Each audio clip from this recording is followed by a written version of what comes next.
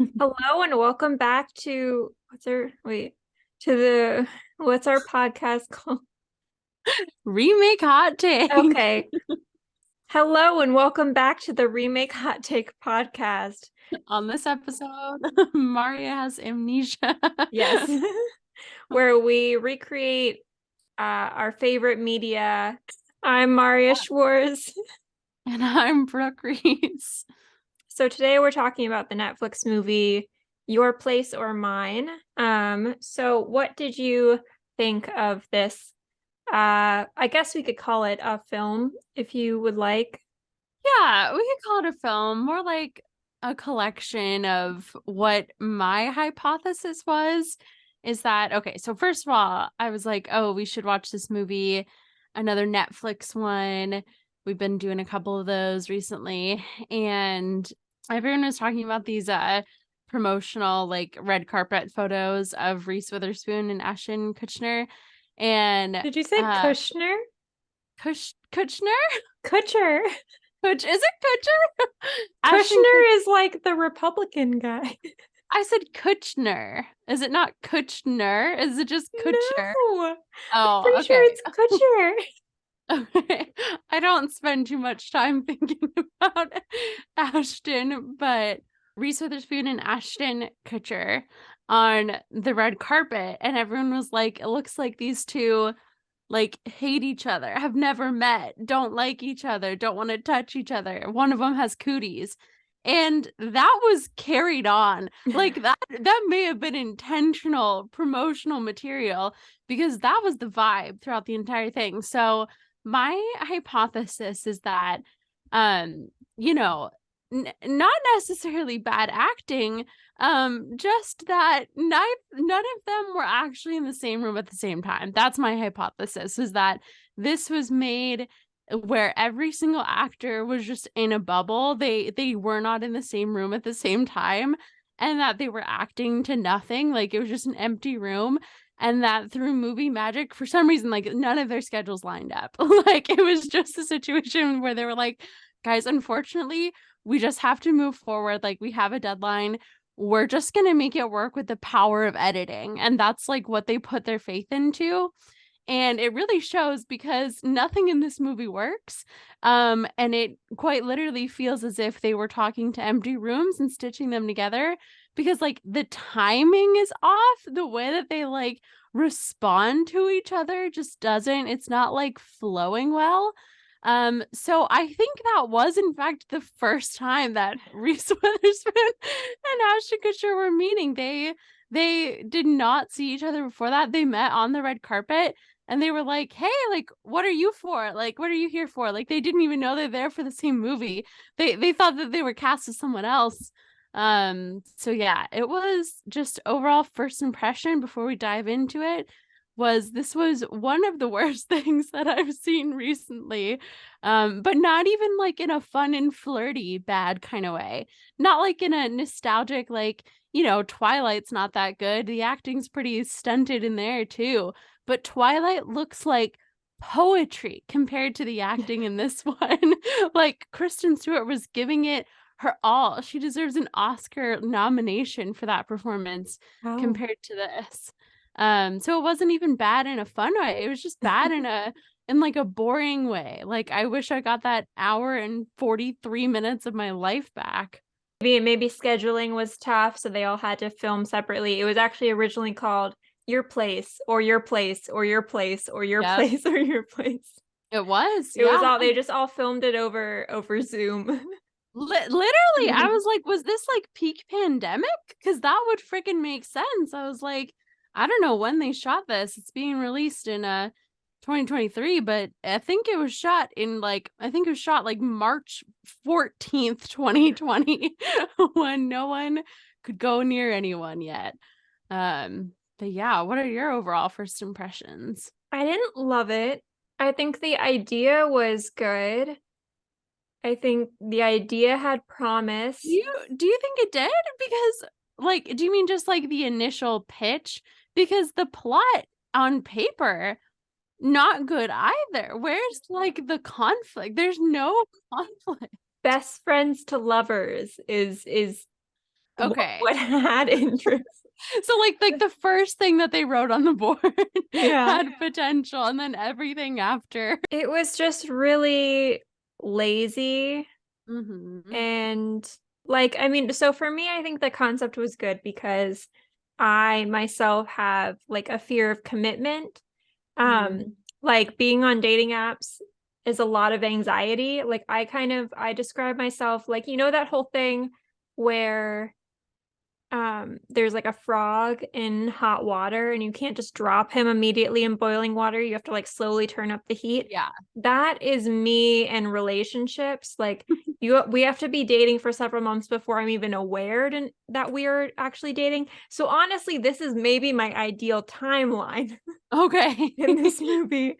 That, you know, we Friends meet. for 20 years. Yes. Okay. That's quite possibly the ideal. I don't know. I think it was hard from the beginning. Like, I don't know about you, but when I was looking up like photos of the movie or like trying to chart it on Letterboxd, I kept on saying my place or yours because I think that sounds better than your place or mine. I don't know. Is that just me? Really? I feel like I've heard the phrase "your place or mine" more than I've heard "my place or Maybe yours." I'm just a feminist. Yeah, you're just like a little selfish. You're like, "Hey, I have a really good couch. I don't like to leave that much. My place or yours?" Exactly, Yeah. with that intonation. Um, I just couldn't get over the fact that her name was Debbie for some Yeah. reason. I don't know. That really took me out. Like no shame to like Debbie Ryan, but I just kept on thinking of like little Debbie. Like I just kept on expecting them to like reference it. Like remember when like, hey Ashton, remember when we fucked last time? That was me when I was little Debbie or something. I don't know. I just thought it was a weird name. Yeah. Well, interestingly enough, I did watch it with my mom, whose name is Deborah. So Does you she can go tell by her that Debbie? no, she very vehemently is against Debbie. See? And yeah, she is not like the kind of person that will get mad at you for saying Debbie unless like she's already mad at you and then you bring Debbie into the conversation, then she'll No to scream. that bitch. But yeah, I don't know. She didn't bring it up that it was her, her name when we were watching it. I'm someone who's like, if I hear the word Brooke anywhere else, like it's just unique enough of a name. Or if I like catch another one in the streets in a film, I'm like, hey, that's another Brooke. I like point it out. But my When you mom did catch not them in the say. streets, like do you name extras in the background? Like, oh, that person eating at that table, that's Brooke. I meant like when I was walking in the street. Oh. And I like, people always announce their names as they, walk across like a crosswalk. They're like Brooks Crossing.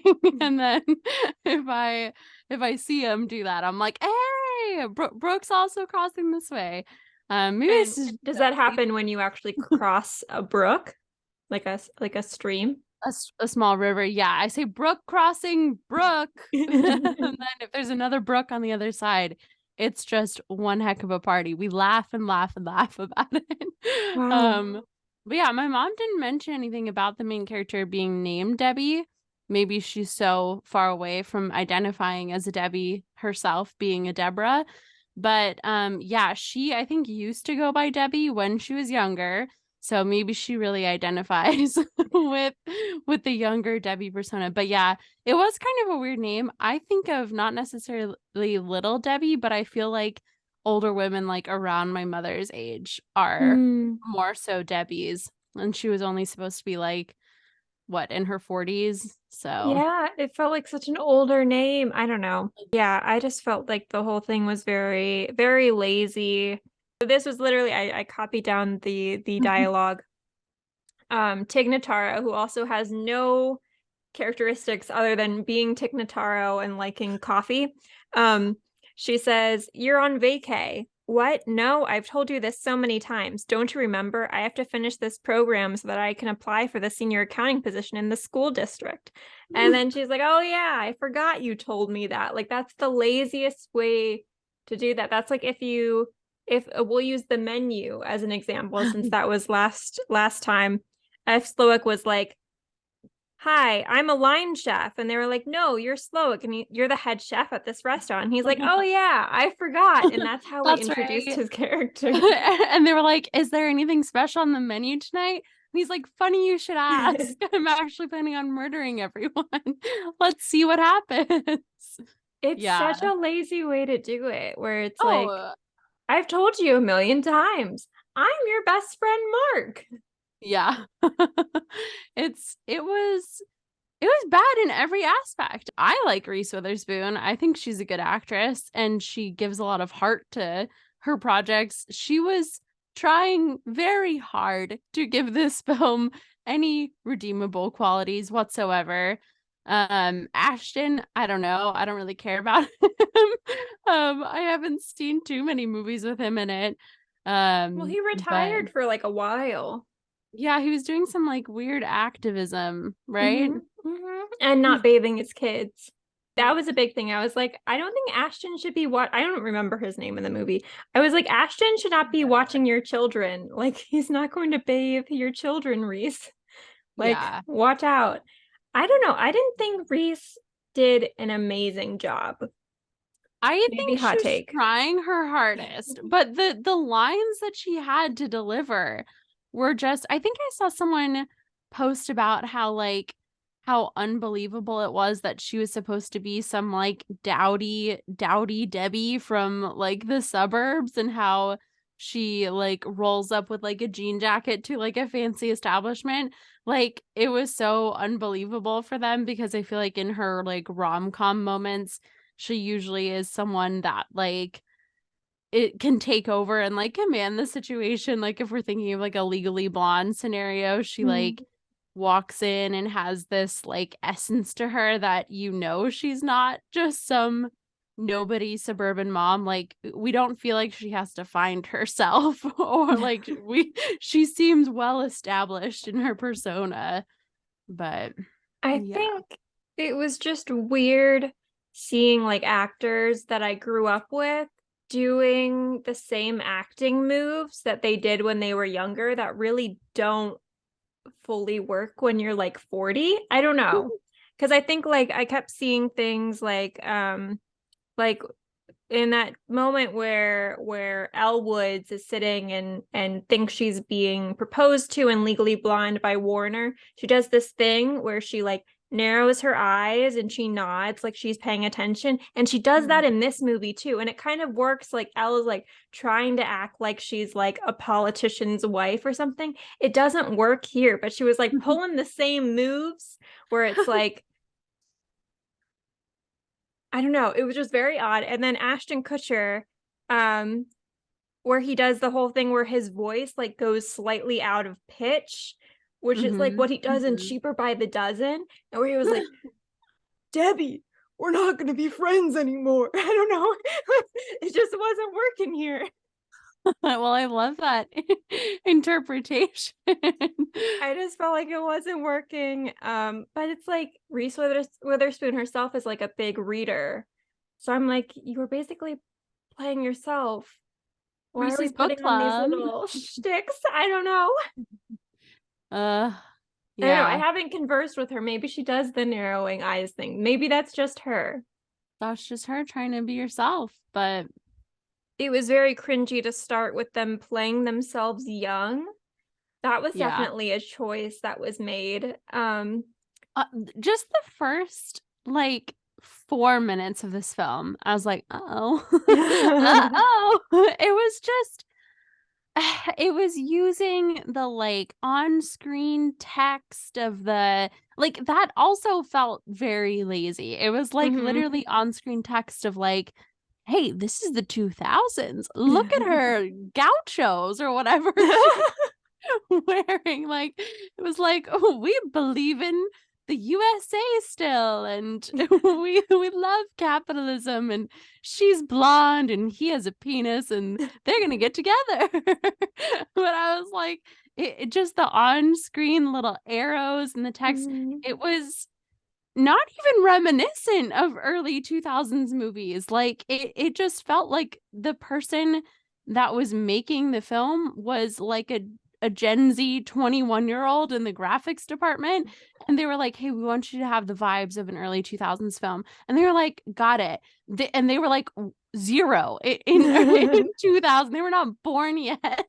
And they could not replicate the essence of it. So it just came across so strange, and I literally had to like pause, regroup after like 4 minutes, and I was like, okay, we can do this. Oh, another funny thing I will say, love my mom, love her, sweetheart, Deb, as she goes by. But Deb, well, she really likes to know what's going on in movies, and it's not something she can ascertain by herself watching it. She wants to like pause, have a group discussion. And my dad does this too. And I understand with like more complicated films, like they had to watch Inception quite literally 7 times in 1 week to get like a vague understanding of what was happening. But Deb did that for this movie. We were only about 20 minutes in, and she was like, wait, I need to pause. Like, let's recap what we know so far. And I was like, Mom, this is the simplest of plot lines I think there could possibly be. But we did recap. We were like, okay, she's a single mom. She works hard. She loves her kids and she never stops with gentle hands. In the heart of a fire, she's a survivor. But we did our little recap, and I was like, okay, we're on the same page. And then we got back to the most boring film that there could possibly have been. But yeah, just a fun aside there. But she liked it? Well, she liked it. And then I said, Mom, you're wrong. she was like, well, that was cute. And I was like, no. I was like, Deb, here's what you're going to have: good taste in movies. And I was like, I have to do a podcast with Marriya on this. And I was like, well, yeah, I mean, it was kind of cute, but like, what do we think about the fact that like no one in this film had chemistry at all? And I was like, and yeah, I mean, like, it was like kind of good. There were some like funny moments, but also, what if there were no funny moments? And what if none of it was well written? And she was like, oh yeah, I can kind of see that. And then she like sat with it for a couple minutes, and she was like, yeah, actually, I didn't like how they did this and this. And I was like, that's right, Deb. Let's get her on the pod. I know. I mean, No, we could have. I think with the chemistry element, it was also like, I think the characters were written so poorly, especially him. Like, Ashton. Ashton Kutcher. I swear, I thought there was. Is it not There's like K-U-T? no N in there. T-H-N-E-R? Is it not? No, but okay, so first off, Saying like, wrong my whole life. I was very unsettled by the fact that she owns a house and like they're like I don't know even how old they're supposed to be there. And then especially like when you pan out, there's like crushed chips everywhere and like knocked over like cans. You don't do that if you own a house. Like you do that in someone else's house. So I was like, this is not believable. Do you think that's like the Your Place or Mine that they were referencing? Please, like, your place. They're like, where do we smash the chips? Not mine tonight. But then, like, someone saying, I'm going to send you my short stories in the morning before you have sex is such a turnoff. Like, I was expecting them to cut away and not have sex, like Crazy Stupid Love, kind of, which is actually, like, a good movie, in my opinion. But they do have sex. And I was like, what a soldier. Like, love her for soldiering on. Like, she must have been so horny to get past those like 23 red flags. Where he's like, I have 23 short stories. Like, how would you even have sex with someone like that? And then he messages that he can't be with her because he's an unknowable piece of shit. And I just can't believe the fact they still became friends, because Yeah. I would be like, no, no to all of that. This is like every gross guy that's on dating apps now that needs an intervention. I just can't imagine that anything went well after that moment. Yeah. It is weird. And it's like it's one of those where it's like they hate everything about each other. And it's like, oh, well, what do you hate about Reese? And it's like, well, she's a really good mom that is concerned about her child's safety. And she's a single mom who's trying to get a better job for herself. And then he's like, that bitch. She's so stuck up. And then it's like, oh, and what's wrong about him? And it's like, well, he is a serial womanizer and he works for the greed of corporate America. And he And listens to one band. yeah, he listens to one band. He's like 45 years old, never been married, and I don't he understand how he has no silverware or like doesn't open. Like, what is his living situation? just orders a lot of takeout. It's like, it's a man that can't take care of himself, and Mhm. he's almost 50. And then she's like, but I really like having phone conversations with him. Well, he's in bed with other people, which I thought was Yep. very weird. And I think the whole like she's a good mom thing was also super weird because it's totally a thing in movies that people will have like the single mom, like helicopter mom. And that's Mhm. a thing. And like let's make fun of her because her kid is her life. Boo. She wants what's best for him. But I thought it was so weird that they made him like this very sickly kid because Mhm. then like she has a point. Like Mhm. he's dying all the time. Like it's not like she's overreacting. Like he's Mhm. literally always dying. So I Yeah. thought that was such a weird thing. Um, I don't know. I thought that was a real like they could have played so much more in like Debbie's crazy, but she's like, my kid is allergic to everything, including the floor. So Mhm. I know, that's what I'm saying. Like her concerns are valid. She's a good mom. I mean, she doesn't seem to like be super overbearing other than like, hey, make sure you don't feed him something that's gonna poison him. And like, hey, I made dinner for you guys. And he's like, these casseroles can suck my dick. I hate the you. food waste in this movie. I'm like, okay. But yeah, there's just like not many redeemable qualities. And then we have these side adventures with like Grey's Anatomy guy, Jesse Williams. Okay, we do love a Colonial Williamsburg alum though. Is what? You didn't know this? No. Jesse Williams was like the guest artist of 2010 in Colonial Williamsburg. Yeah, they Oh. used to do this thing, I think only for 3 years, where they would get like an actor to like do this big like performance. And so he Mhm. played James, an enslaved man of the Earl of Dunmore, which was the last royal governor of Virginia. The year before, the guest artist was Mamie Gummer, who was the daughter of Meryl Streep. So Oh. yeah, so Okay. just a little love. We love it. We Shout love a out. Williamsburg alum. But yeah, I mean, he's a beautiful, beautiful man to look at. Gorgeous. He also knows But how to raise kids. Ashton's an idiot. I know. But also like I wasn't feeling really the chemistry between them either. I was like, huh.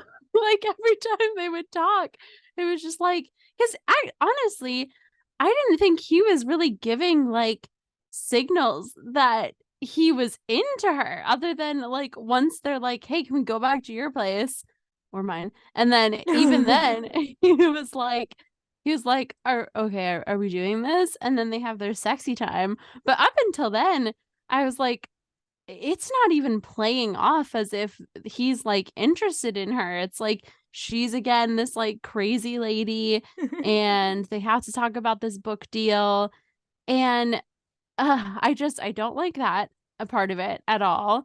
And then it's like the moments that are supposed to be like the big source of conflict and then the big realization, like her big realization is like, oh my God, he kept photos of me, my best friend of 20 years, his one and only friend. And she's like, oh, he cares about me. And then she has this big moment with Jesse Williams' character. And she's like, oh, I think I may love someone else. Our big conflict is that the kid like gets into the hockey tryouts and he's doing a great job, but then he breaks an arm or leg. I don't know what he breaks. He breaks something, but like none of it's actual conflict. Like Yeah. none of it's actual, like there's no stakes involved, that nothing, it gets resolved too quickly. The conflict isn't conflicty enough. And then they have this big like blowout, aka at the airport, where they're like fighting with each other, and it doesn't come to like a natural point where you're like, oh, this is it, the stakes are high, they can either choose to like walk away or have a life together. They're literally just like, oh, I guess we like make out now, okay, and now we're holding hands. And then it like literally ends by saying like, he got a book deal and she got the position. That was so And weird. I just really did not like this movie, but Brooke, I'm in love with you. oh my god, now's the moment we find out. Well, I don't know. I thought that the movie was really naive in the way that everything resolved, because I thought the yeah. whole thing, I don't know, maybe I just have a very like dark personality. Um, but like I thought that maybe Jesse Williams' character was just going to be like using her for sex the whole time, because That's what I'm also saying. The Boy is a terrible name for a book. Like, who's gonna remember that? Like, that's why it's like The Boy in the Striped Pajamas, The Boy Who Harnessed the Wind. It's never just the boy. He needs to be doing something. I don't know. I just thought that was weird. But like she said that she got a new job when she only had an interview.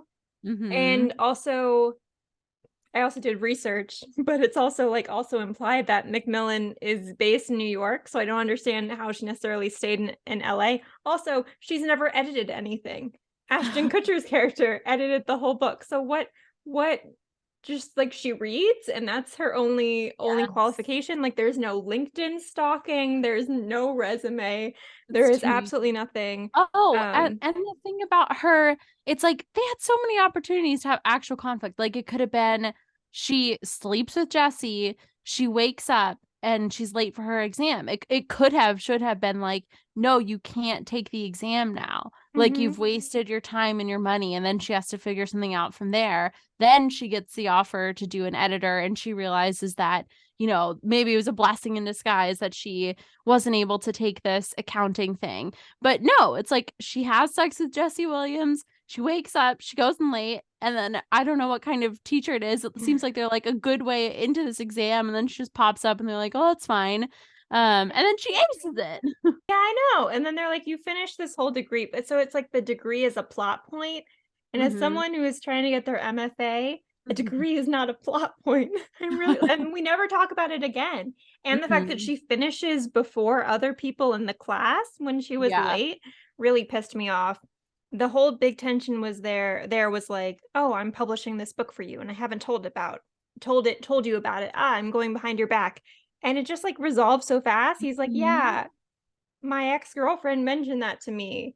You did that, but that's it. He's not even like mad. He's just like, it's a good piece of work. I'm glad you got it sold around the world. Book industry stuff, one doesn't make much money. That was the whole idea of why she was going for this accounting job, was to make more money. Two, there is no work-life balance because you don't actually edit books during the workday. You do that all in your free time. So goodbye, son. I'm never seeing you again. Oh my god. I was confused, like how a poker chip that she showed on camera was a birthday present.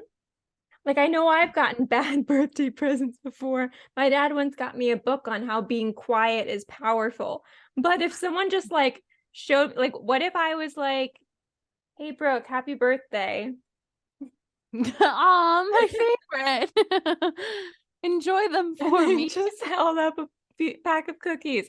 I just didn't understand it. Also, the free gardener guy, Zed, Yeah. is he okay?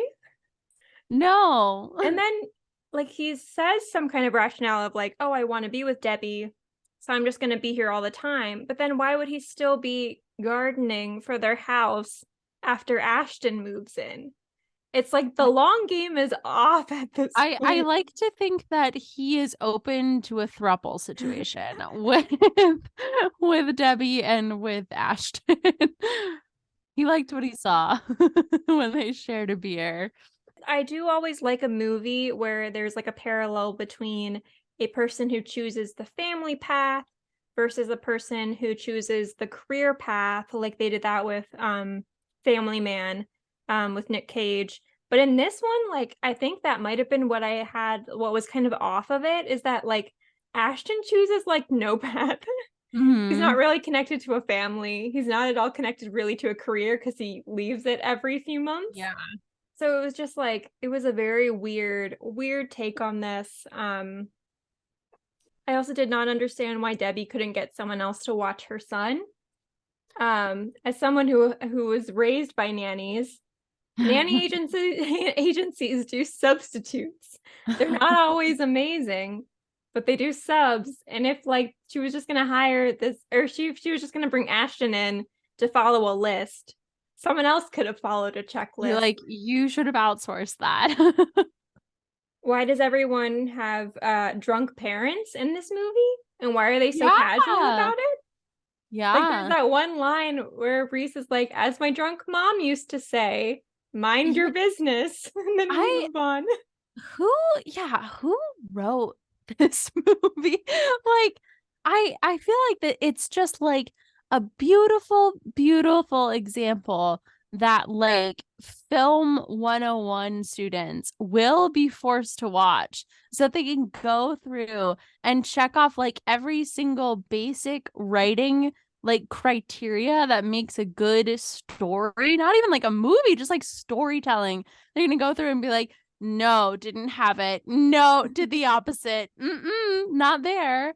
But yeah, just all of these weird one-liners. I don't know if that was supposed to be a funny one, but yeah, something was off with this. Another thing was like, was there music in this film? Like, I think there was some like soundtrack, but I just made a note here that was like soundtrack bad. It was a couple weeks ago that I watched it, but from my memory, it was like there was very few songs, and when they would start, they were not with like the vibe that you would think. It's like something got mixed up in the editing room, and it's like at the part where it should be like an emotional build, it's like the tracks got switched a couple of times and they just forgot about it when they saw the final cut. I also noted that because I've noticed how every single Netflix movie has the same exact songs. And so like when she's going to meet Jesse Williams, don't remember his name, Debbie's the only name I remember in this movie. It's the same exact song that's like in To All the Boys I've Loved Before, Kissing Booth and stuff. So it's all like this weird like teen centric music. So I think maybe Netflix just has like a strict music gallery. It's like that audio free, like the royalty free library on YouTube, and they just have like that little bit to use. But I did look up the writer. It was the same writer who wrote The Devil Wears Prada, 27 Dresses. Did something happen to her? Like, did she suffer like an aneurysm? I'm sorry, that's like kind of mean, but I think she was off her game with this one. Again, if my theory, like, you know, the writing is half bad, you can make up for it though. Sometimes you don't notice the bad writing if the performances are amazing, but we weren't being met with either of those qualifications. So, you know, maybe I like both of those movies. And like 27 Dresses is kind of an example of a movie that's not good, but it's like not super good in a fun way. Like it's not a critically acclaimed film. Benny and the Jets. Benny and the Jets. Oh, I said Betty. That's embarrassing. Hey, that's okay. Ashton Kutcher wouldn't mind. But yeah, I mean, 27 Dresses Devil Wears Prada. That must have been. Is this a man or a woman? Woman. That must have been her masterpiece. She was doing like hard drugs when she wrote that one. She created Crazy Ex-Girlfriend. She wrote Cruella, the 2021 movie. Okay. She wrote Annie, the 2014 one. She wrote We Bought a Zoo. See, amazing film. That is bad but good. And this was just bad and bad. So she just, but I think she just lost her way a little bit. And I think I'm like 98% correct that not a single two actors were ever in the room at the same time. I legitimately think if I had to die on one conspiracy theory hill, that would make the most sense to me, because it literally, or something catastrophic happened in the editing room and they did not have time. It was almost as if like the audio wasn't syncing up. They had like, they let go of the original audio. Maybe it was like a telephone thing where it was like they told the people doing the soundtrack like roughly what the scene was about and they just had to guess. Yeah, they didn't like watch the scene when they were trying to put the movie to it. They were just like, okay, this is rom-com. We're gonna throw this one in, and it's like when she's finding out that her son has broken something and maybe dead in the ER. And it's an upbeat song from To All the Boys I Loved Before. But yeah, it literally felt like the lines were being delivered, and then it was like a half-second pause between when a normal human would respond and when the other actor would respond. So it was like, hey, how are you? And then I'd be like, I'm good. How are you? Great. Well, that was like how maybe they need to fill the time. They did, and they weren't filling it with music. So it was just, yeah, I was like, they were trying to get to like a word count limit. Right? They just couldn't get there. I also loved how like they were like, let's not make it subtle at all. So every time you see Debbie, she's wearing a shirt that says books on it.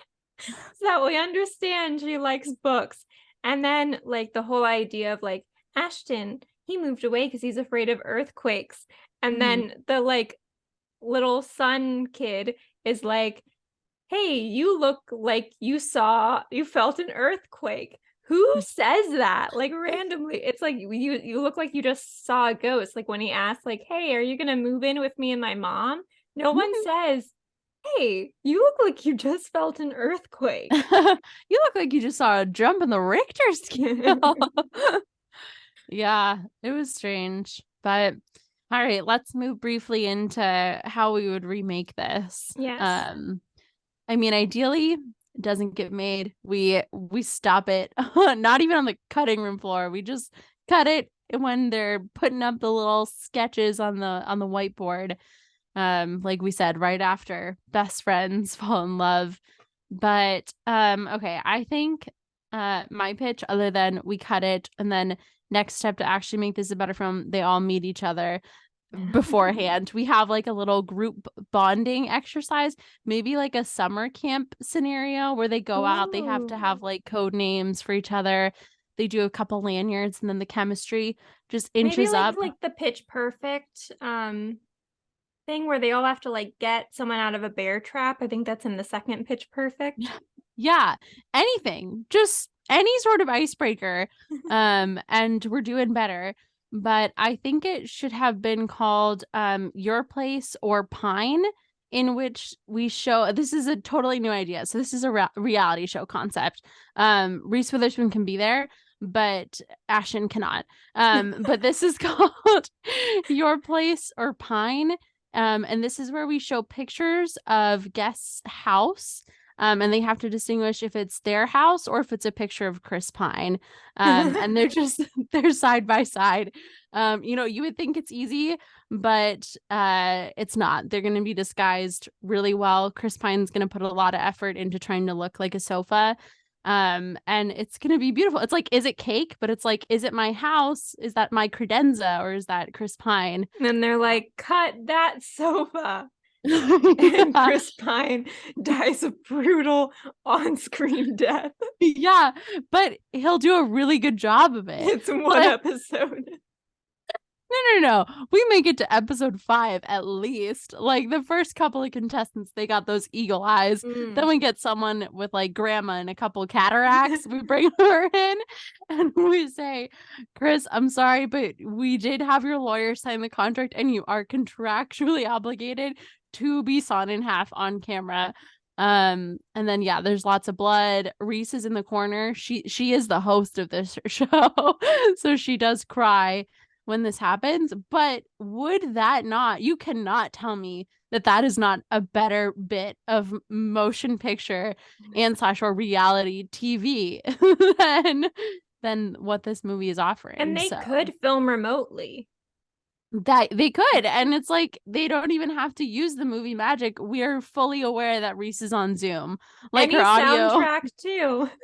and the audio cuts in and out, like it's fine, and it's still going to be better than what we were given. So that's my pitch. Marriya, what do you got? Have you seen The Princess Bride? I have.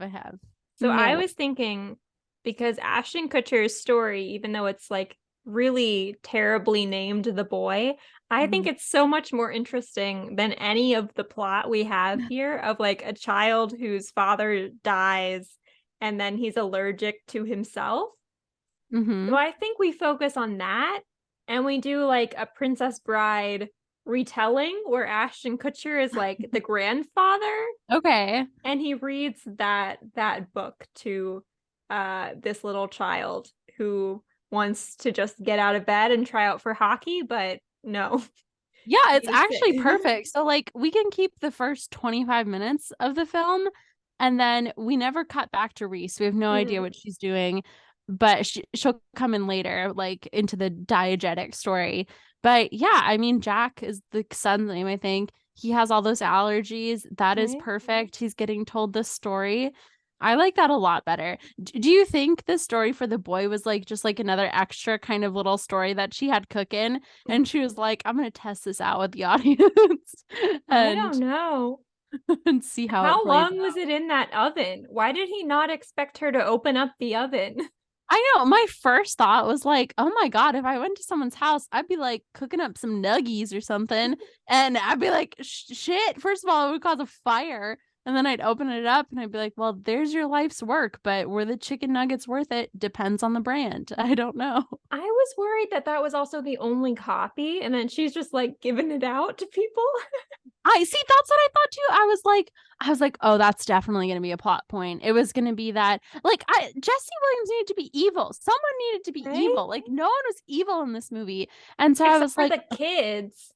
And then the whole life lesson was like, if your friends are mean to you, change your entire personality and hobbies to make them like you. Yeah.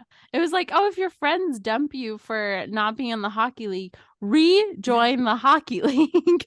It's just keep doing what you were doing when you were friends. Don't mind that they completely cut you out of the friend group for a while. Ignore that bit.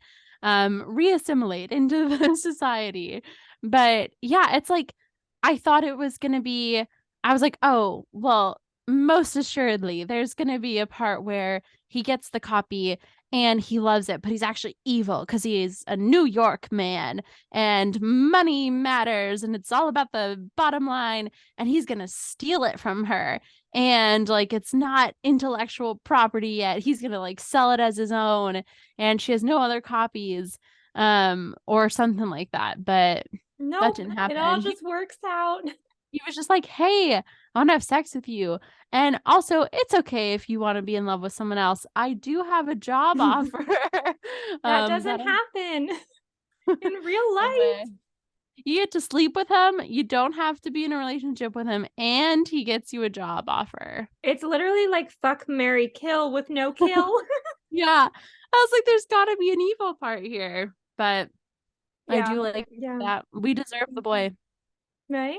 Can I give you the who's your daddy stats for this film? Yeah. So It's actually pretty good. So Reese is fine. She's the daughter of a military father, Professor Mother.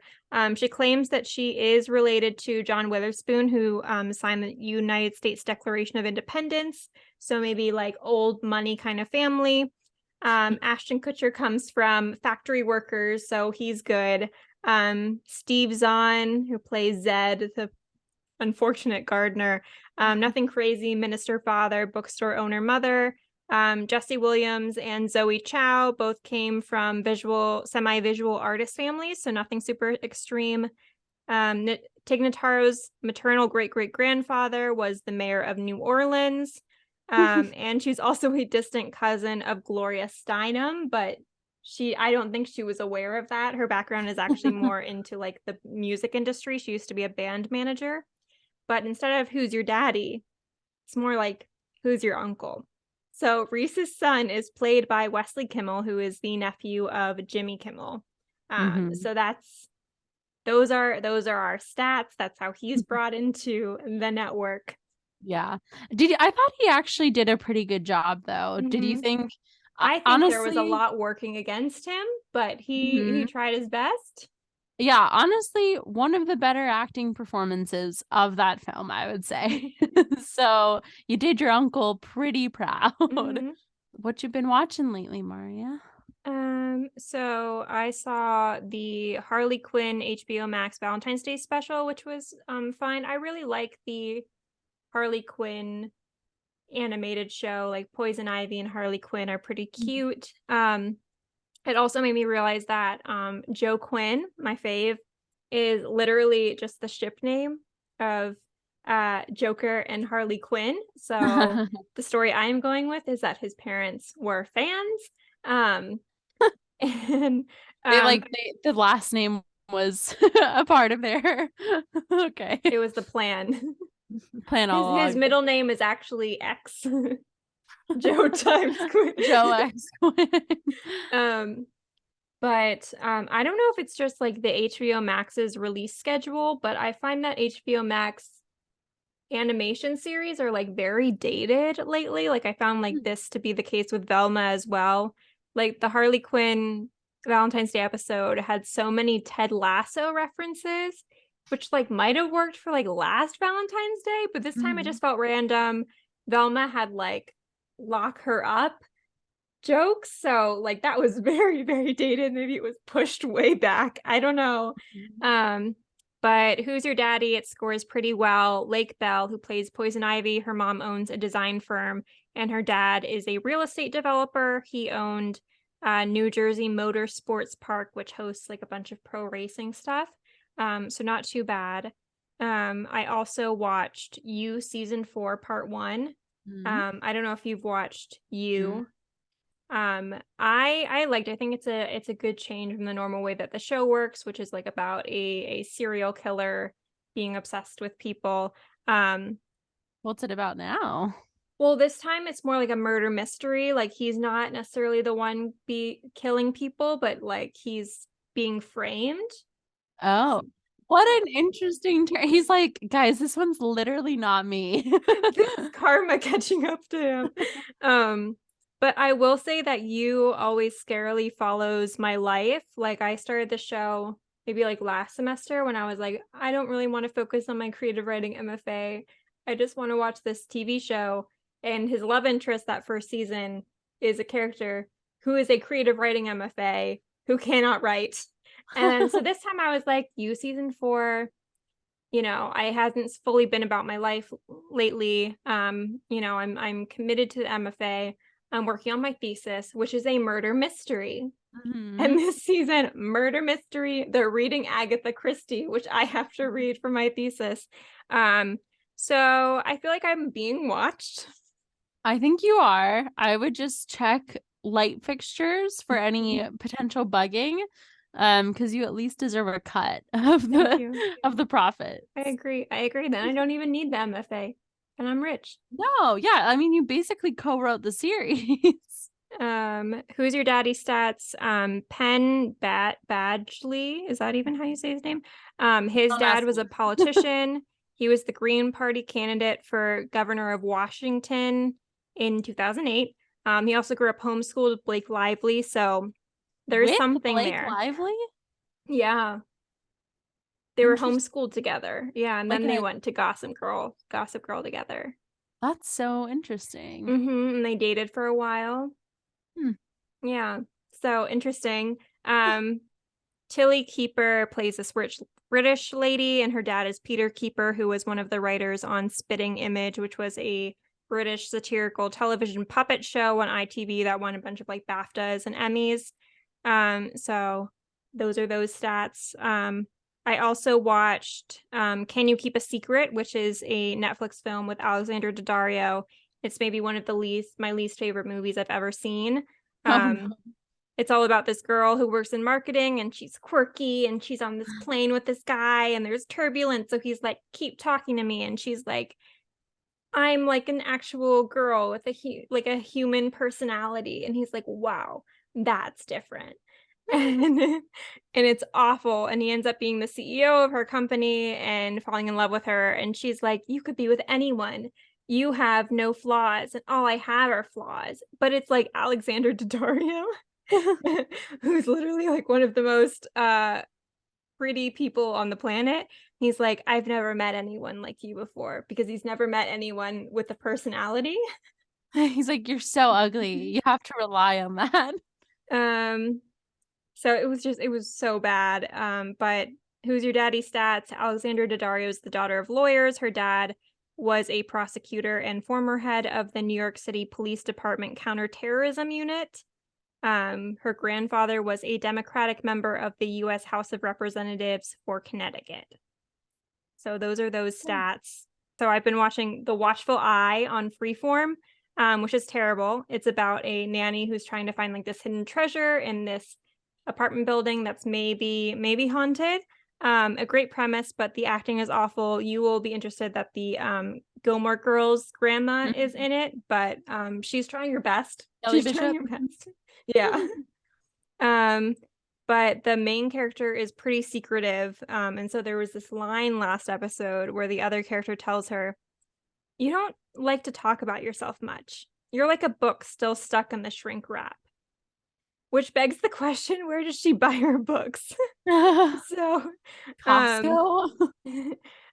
So I wanted to like feel satisfied from a ghost show, so I've been watching I finished the Haunting of Hill House and the Haunting of Bly Manor. I didn't really want to get into Hill House because I read like the Shirley Jackson book, and people were like, it's not really at all similar to that. But I did love it. I loved it very much. I thought it was one of the best acted shows I've seen in a while.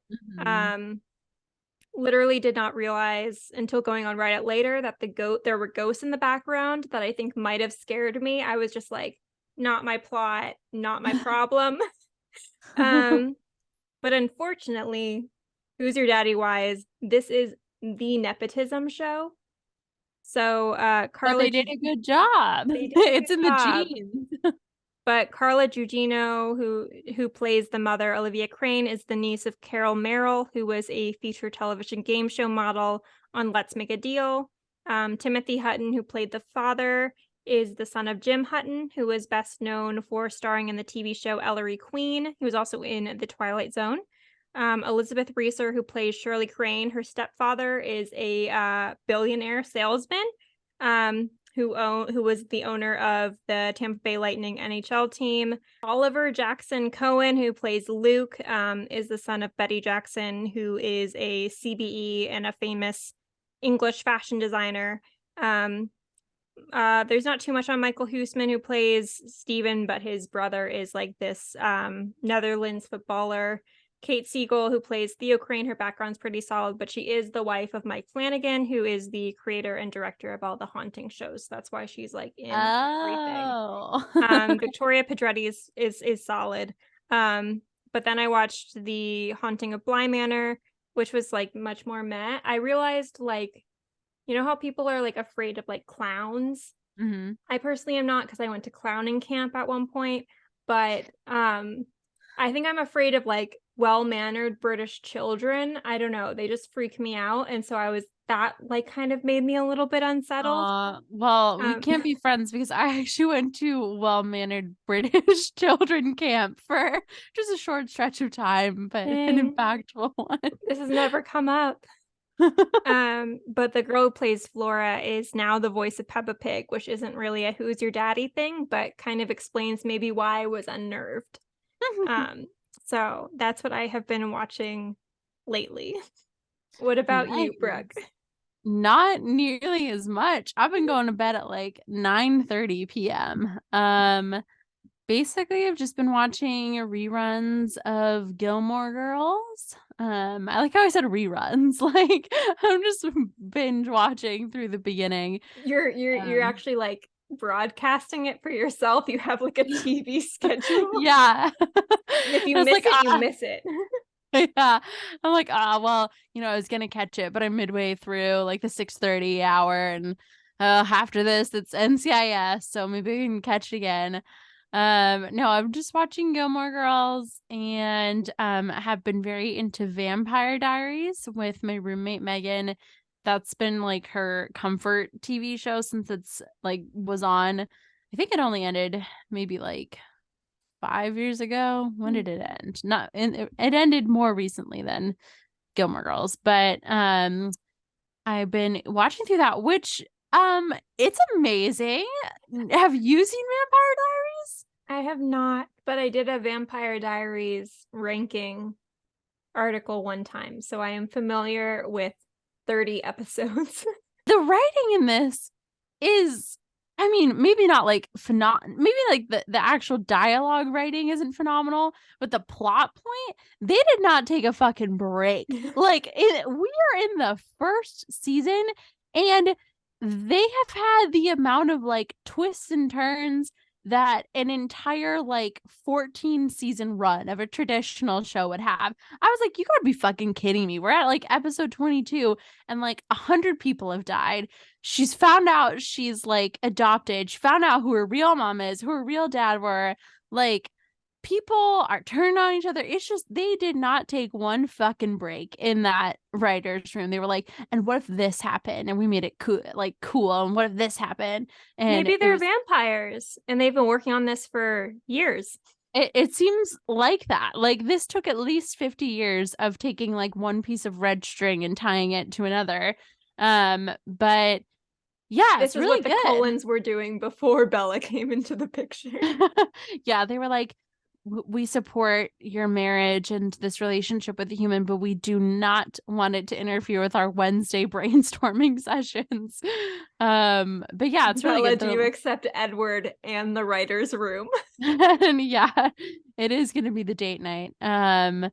But yeah, it's really good. So we just finally finished the first season. So like I said, so much has happened. I'm blown away. Ian Somerhalder. Yeah, Ian. say it 3 times fast. Ian. He does appear if you say it one more time. I would be okay with that. Which I guess Megan said that Ian Somerhalder is married to Rosalie from Twilight.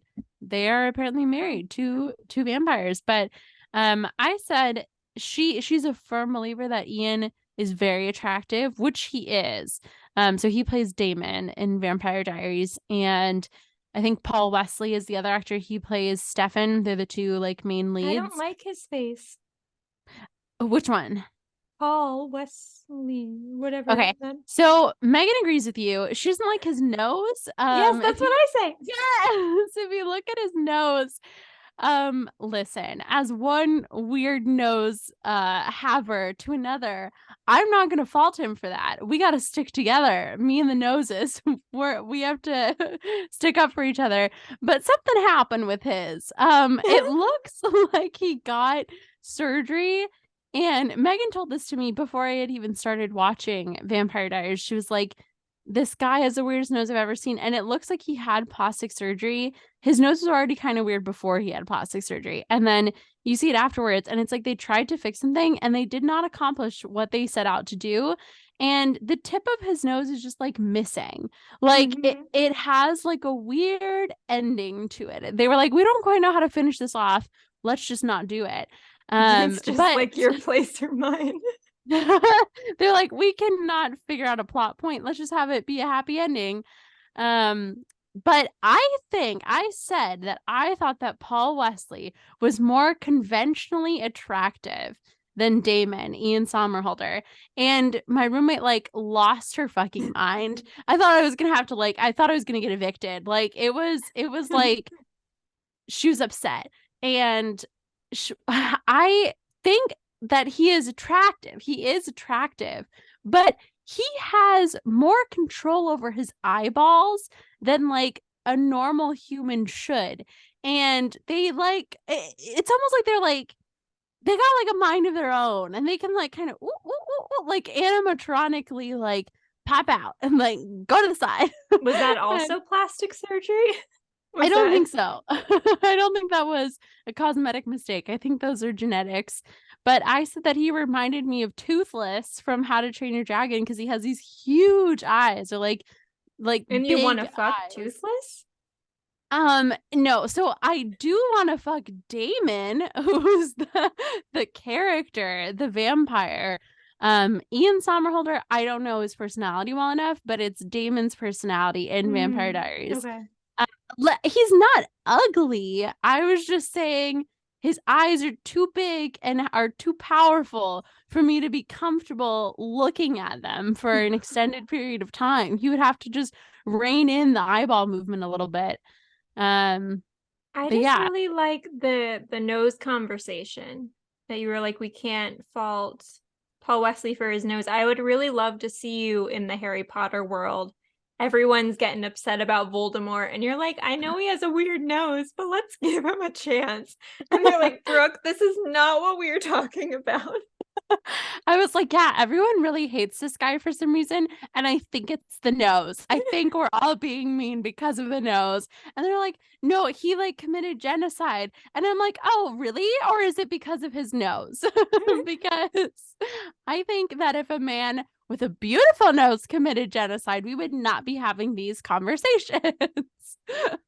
But yeah, I stick up for the noses because I got a weird one myself. But yeah, I like your nose.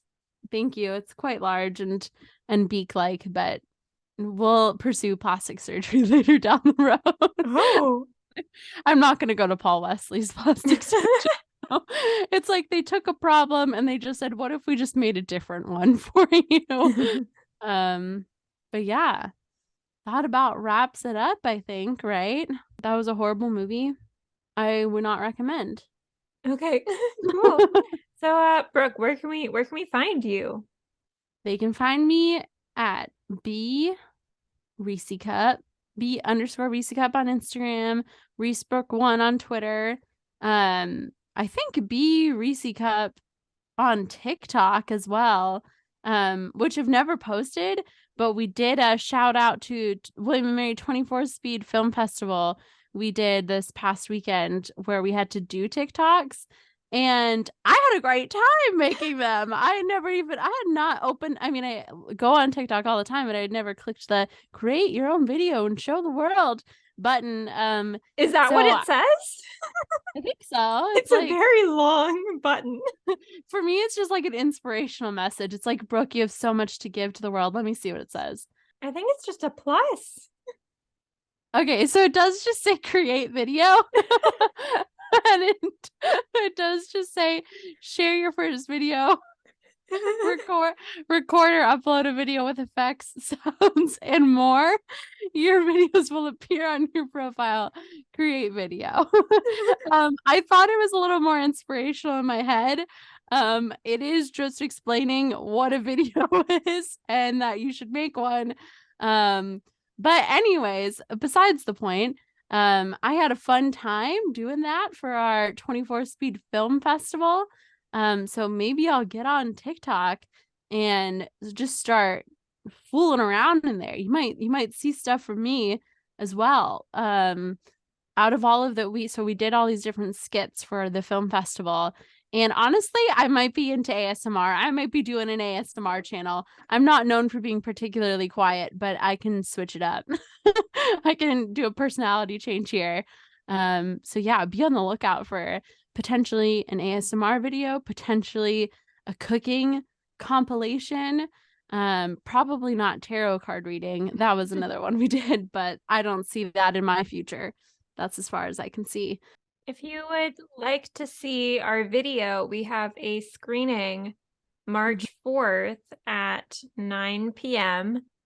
We will post the link so that you can vote for us. Oh, yeah. In the audience award, which we won last year. But I think that's the nice thing about our team is that we never come in with cockiness. We come in with anxiety every year. I never feel confidence. We're not like, we're going to win this. We're like, they might hate us and we might get kicked out and we may be killed on site because they don't like what we did. Then we get there and they're like, we're the opposite of Meryl Streep. Like, I feel like when she goes to the Oscars, she's chill. If we won like countless Oscars, we would be like, does everybody hate us? Yeah, they'd be like, are they mad at us? And then we'd win it and be like, I think this is a mistake. Like, if the La La Land Moonlight thing happened to me, I would have passed away of natural causes, like on stage. Like, I cannot imagine a worse scenario because that's what I think of every time. Is it too late to put her in memoriam? Does anyone have a picture? I so literally, if I was up there, would have passed out. I would have gone down so hard. I would have pooped my pants, and then I would have passed out, and then I would just be like on the floor shaking, and someone would have had to remove me, and it would have been like the morgue. It would have been a hearse. Like I'd be coming in a limo, leaving in a hearse because there was no coming back from that. So yeah, that hasn't happened. That could happen to us at the 24 screening. They could very well announce the wrong thing. But Marriya will be there in person, right? Hopefully. Hopefully. Okay. 2/3 of our team should hopefully be there in person. I may not be there at all because I am picking up my roommate from the airport. But that's actually maybe for the best because if 2 out of 3 of us die of embarrassment from the wrong reading, I will be here to have the team name live on. And you only need one for ASMR. Only need one. That's going to be my submission for the next year for the next film festival. But yeah. Where can they find you, Marriya? You can find me at Marriya Schwarz on all platforms ever. And you can find the podcast at Remake Hot Take on Instagram, Twitter, TikTok, Gmail. Yeah. Yeah. Has anyone ever sent anything there? I haven't checked it in like 6 months. So what if we have like 1,000 emails? Maybe we have sponsors and I'll check it after this. Okay. All right. Bye. Bye.